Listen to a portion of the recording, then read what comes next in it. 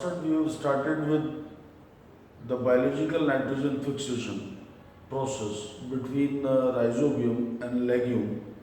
हम symbiosis nature पर बात कर रहे थे और राइजोबियम के बारे में जानकारी और लेग्यूम्स के कुछ एग्जांपल्स हमने कोट किए थे और हमने डिस्कस किया था कि राइजोबियम लेग्यूम सिम्बायोसिस दो टॉपिक्स में डिवाइडेड होगा, एक नोड्यूल फॉर्मेशन यानी गुली का निर्माण और दूसरा नाइट्रोजन फिक्सेशन का प्रोसेस। हम पहले हेडिंग पर बात शुरू करते हैं।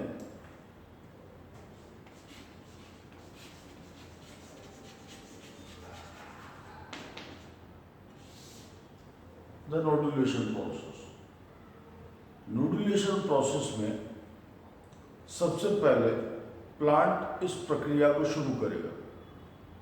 प्लांट क्या करता है, सॉइल में कुछ सेकेंडरी मेटाबोलाइट सिक्रीट करता है। सेकेंडरी मेटाबोलाइट वास्तव में प्राइमरी मेटाबॉलिज्म के प्रोडक्ट्स हैं, बाय प्रोडक्ट्स हैं असल में, और ये बाय प्रोडक्ट प्लांट के लिए एक वेस्ट मटेरियल से ज़्यादा नहीं है, लेकिन ह्यूमंस के लिए या अदर ऑर्गेनिजम्स के लिए they can be useful. So first event is कुछ secondary metabolites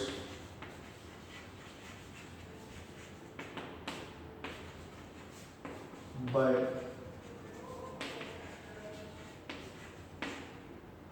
plant roots are secreted in the soil. ये secondary metabolite generally phenolic compound होते हैं इस केस में, और इन्हें नोड फैक्टर बाय प्लांट भी कहा जाता है। इस केस में यहाँ पर इन्हें नोड फैक्टर बाय प्लांट भी कहा गया। इनमें फ्लेवोनॉइड्स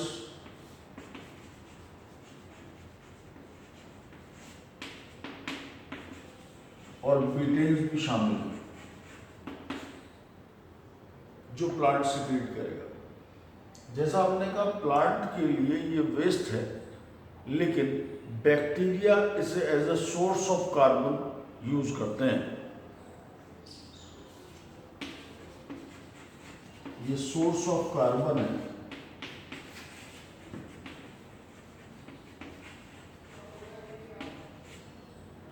फॉर बैक्टीरिया। बैक्टीरिया इन्हें मेटाबोलाइज करेगा, वो एक अलग रिस्पॉन्सिव प्रोसेस है पूरा, लेकिन अब बदले में बैक्टीरिया इस केमिकल के रिलीज होते ही बैक्टीरिया रूट्स ऑफ लेग्यूम्स के आसपास इकट्ठा होना शुरू करते हैं। अब बैक्टीरिया इन टर्न कुछ केमिकल्स रिलीज करेगा सॉइल में, और इन केमिकल्स को नोड फैक्टर्स बाय बैक्टीरिया कहा जाएगा। अब बैक्टीरिया ने केमिकल सॉइल में रिलीज किए। इस दौरान बैक्टीरिया बढ़ते जा रहे हैं, सॉइल में रूट्स के आसपास वो इकट्ठा होते जा रहे हैं। लेकिन जब राइजोबियम बैक्टीरिया ये केमिकल रिलीज करता है तो इसका रिस्पॉन्स ये होगा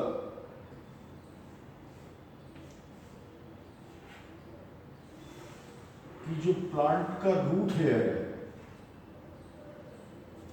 ये प्लांट में रूट एपिडर्मिस है, ये एक रूट हेयर है जो सिंगल सेल एक्सटेंशन है एपिब्लेमा का, रूट एपिडर्मिस का, इसमें कर्वेचर आ जाएगा। ये हमारा पॉइंट नंबर 3 हुआ।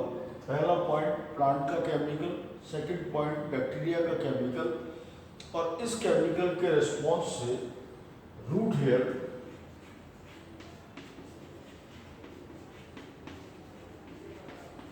में कर्लिंग आने लगती है, उसमें वक्रण होने लगता है।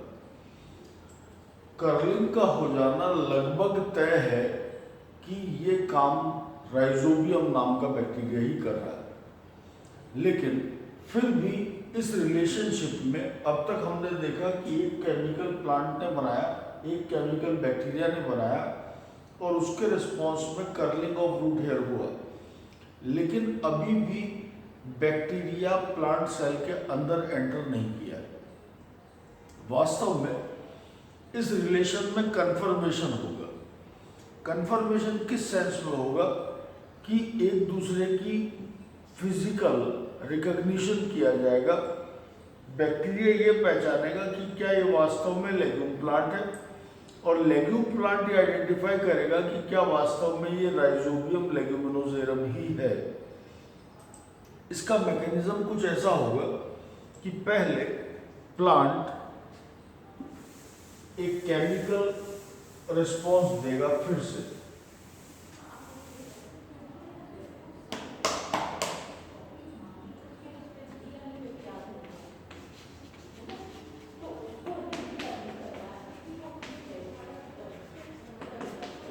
प्लांट क्या करेगा, एक प्रोटीन बनाएगा जिसे लैक्टिन प्रोटीन कहा जाता है। ये लैक्टिन प्रोटीन प्लांट बनाकर प्रिपेयर रखता है और प्लांट इसे रिलीज करता है। उधर हमने बात की थी लास्ट टाइम कि राइजोबियम जो बैक्टीरिया है वो बैक्टीरिया ग्राम नेगेटिव होता है, और ग्राम नेगेटिव बैक्टीरिया में नेचुरल पेप्टिडोग्लिकन सेल वॉल पाया जाता है, और नेगेटिव बैक्टीरिया में सेल वॉल के बाहर की तरफ एक एक्स्ट्रा लेयर भी पाई जाती है जिसे LPS या लाइपोपॉलीसैकेराइड लेयर कहा जाता है। प्लांट ने ये जो लैक्टिन प्रोटीन बनाया है, ये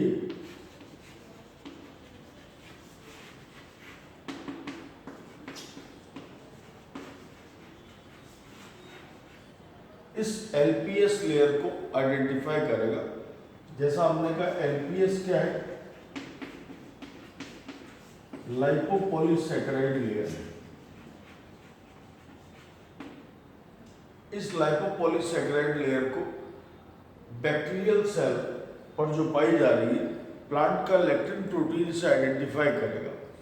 तो वास्तव में केमिकल सिक्रीशंस के साथ साथ यहाँ पर एक रिकॉग्निशन का इवेंट हुआ जहाँ सेल्फ और नॉन सेल्फ को आइडेंटिफाई किया गया। अब ये कंफर्म है, अगर ये रिएक्शन पॉजिटिव होता है, बैक्टीरियल लैक्टिन्स प्लांट लैक्टिन्स और बैक्टीरियल LPS के बीच अगर ये रिएक्शन पॉजिटिव है तो ही bacteria will be allowed in, otherwise the bacteria will be rejected. जब ये रिएक्शन पॉजिटिव हो जाती है, now the bacteria enters the root hair. Bacteria जब रूट हेयर में एंटर करेगा तो bacteria enters tip of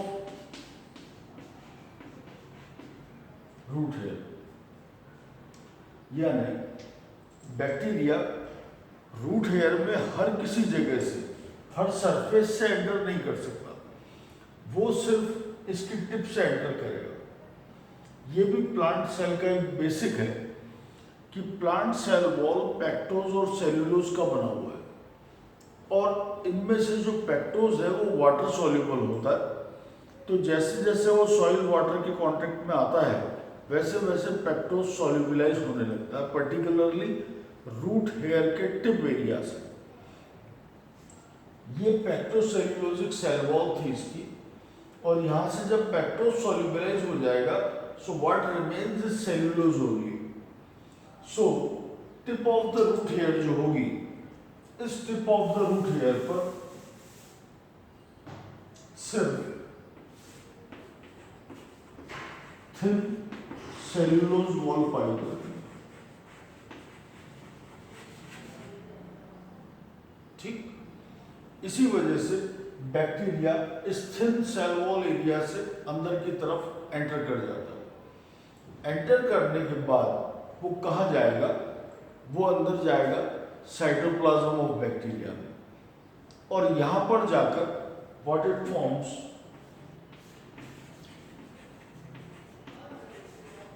chain of bacteria जो है वो अंदर जाएगी, और अंदर जाकर इन्फेक्शन थ्रेड बनाती है,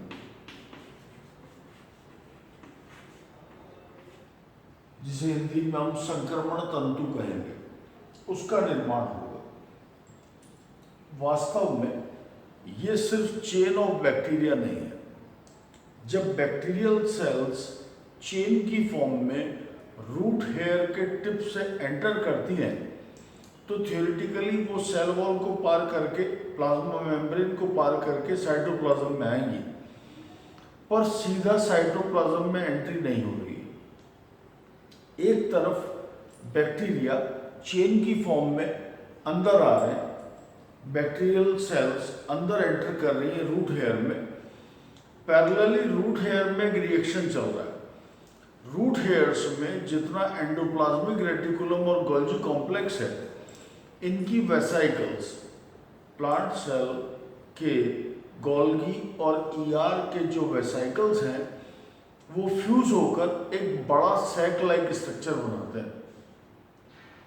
तो जितना बैक्टीरिया का चेन रूट हेयर में एंटर कर रहा है, वो वास्तव में सीधा साइटोप्लाज्म में ना जाकर उस सैक लाइक स्ट्रक्चर के अंदर एंटर कर जाता है।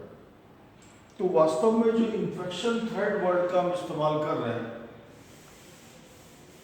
ये इन्फेक्शन थ्रेड सिर्फ चेन ऑफ बैक्टीरिया नहीं है। इस इन्फेक्शन थ्रेड में दो चीजें शामिल हैं। एक इसमें चेन ऑफ बैक्टीरिया शामिल है और दूसरा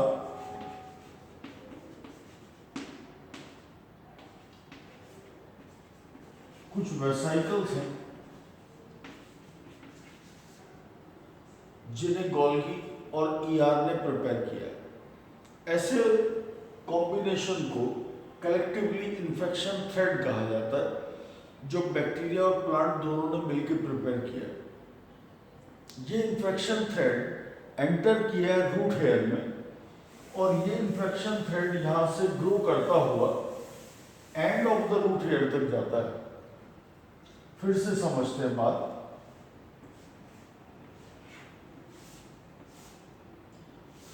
यहां से बैक्टीरिया ने रूट हेयर में एंटर किया टिप से, और इन्फेक्शन थ्रेड बना। हमने बताया कैसे बनेगा। प्लांट मेम्ब्रेन और बैक्टीरियल चेन ने इसका फॉर्मेशन किया। Root epidermis,